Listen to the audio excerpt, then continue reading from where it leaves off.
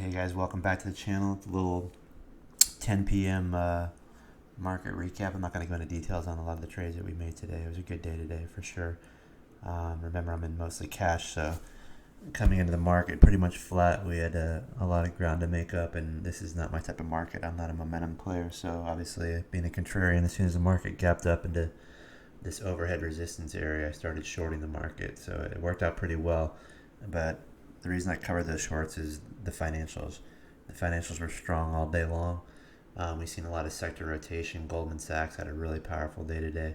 It was almost too predictable when you look at this consolidation channel before we broke out in November of last year to hit the all-time highs. If you extend that area from the top of the channel over here to present time, we simply just hit that area and got a little bit of a price rejection pullback, but we did close on the upper half of the candle today, so believe it or not, still bullish action. I mean, what can you expect, guys? We've had a huge move from the bottom here. Nothing to be concerned about if you're a bull whatsoever. You're going to probably hear people talk about, did we just have another top in the market again? I mean, they're just going to keep going on and on about it, but nothing unusual here whatsoever. If we look at the Hakanashi candles, we see a little bit of a head fake going on today, and it's kind of hard to figure out until we see what tomorrow holds, because we've actually put in a 5 wave count with wave 1 with 3 days of consolidation, wave 2 1 day of consolidation, wave 3 2 days. And I remember, when I say consolidation, this is on Hakanashi candles. So we have 1 2 3 4 and then 5, and then literally 1 day of indecision, and then you're up with a strong candle with no tail and a decent sized body. So a little bit of a head fake here. I don't know. We could be going into another leg to the upside here, believe it or not. It's kind of crazy. So I expected today to be somewhat strong, and then tomorrow begin a pullback. So it kind of threw me for a little bit of a loop there. Looking at stuff like Goldman Sachs, super strong today. Probably reaching the top of the channel soon on Goldman Sachs. You'd expect maybe 202, 203. Powerful move on Goldman Sachs. And let's look at some regular candles to show you what I'm talking about. Closing close to the top end of the day, regardless of what SPY did and what the Qs did today. But big sell-offs across the board, and some of the stocks that we follow, like Shop, we were short intraday today. We were short Zoom. We were short mRNA. Why is that doing that? I have no idea. I think I got a crazy Bluetooth keyboard that's kind of has a mind of its own lately.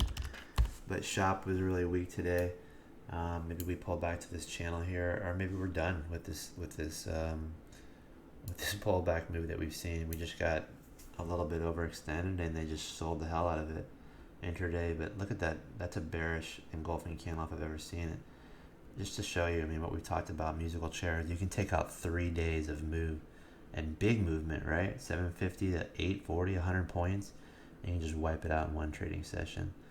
So I tried to go long this when it was pulling back. I went long in like the 811 area, got stopped out. Then I flipped short at 805, 90 shares, and we covered at 789. So nice move there in Shop to the downside, but I don't know. I mean, we closed well off the lows of the day, but we'll have to see what tomorrow brings. JNUG and the gold and the minor stocks were a little bit weak, but I expect maybe USLV might be an interesting play for a week tomorrow. I'm looking for an alignment of SLV at the, what did I say, 1579 area. So SLV has support at 1579. If I could align that with USLV tomorrow, I'm not sure we pull back though tomorrow. I mean, very strong moves. And here's what I'm looking at too. Look at the McClellan oscillator, and we'll close with this right now to kind of keep you bears in line here. And we'll stretch this out a little bit. And this is why I still can't hold my shorts overnight.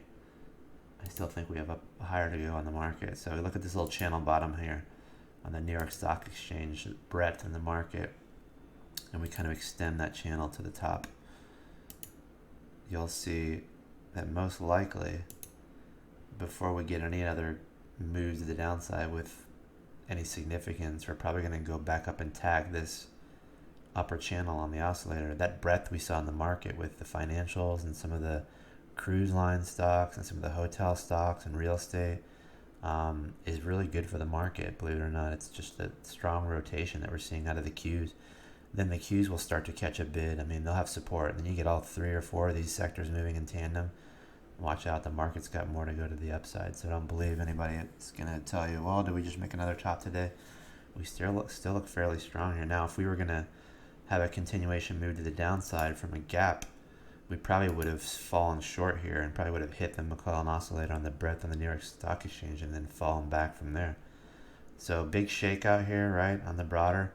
The bounce should have stopped right here if we were going to have a continuation move with a sell-off to the downside and price rejection. We got the price rejection from the top line on the SPY, but you still have follow through on breadth. So you probably got more to go to the upside. We'll keep an eye on this, and that'll kind of give us an indication of where the market's going to kind of top out at. If this leg's a head fake here and we start a 6th leg up, however you want to call it, you're looking at probably 310, 311 on SPY. So keep your shorts off. Don't put your shorts on just yet.